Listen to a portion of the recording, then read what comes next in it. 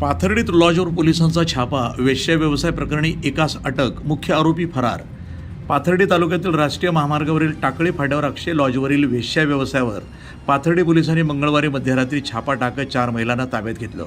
या प्रकरणातील मुख्य आरोपी श्रीराम राधाकिसन फुंदे राहणार फुंदे टाकळी हा अंधाराचा फायदा घेत घटनास्थळावरून फरार झाला असून व्यवस्थापक दीपक पोपट बाटुळे राहणार भारजवाडी याला पोलिसांनी अटक केली।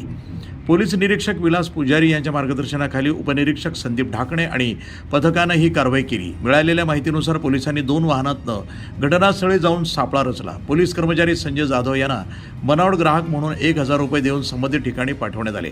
व्यवस्थापकानं पैसे स्वीकारून एका महिलेला जाधव यांच्यासोबत खोलीत पाठवल्यानंतर संपूर्ण प्रकाराची खात्री पटली। यानंतर जाधव यांनी वरिष्ठांना माहिती दिल्यानंतर पोलीस पथकानं तात्काळ ठिकाणाला वेढा घालत छापा टाकला।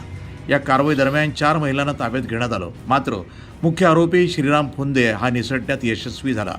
महिला पोलीस कर्मचारी उत्कर्षा वडते यांच्या फिर्यादीवरनं श्रीराम फुंदे आणि दीपक बटुळे यांच्या विरुद्ध गुन्हा दाखल करण्यात आलाय। दरम्यान 6 महिन्यापूर्वी याच ठिकाणी पोलिसांनी छापा टाकून सुमारे 20 महिलांना ताब्यात घेतले होते। त्यानंतर काही काळ बंद असलेला हा व्यवसाय पुन्हा सुरू झाल्याची माहिती मिळाल्यानंतर पोलिसांनी ही कारवाई केली। News today 24 Ahilyanagar.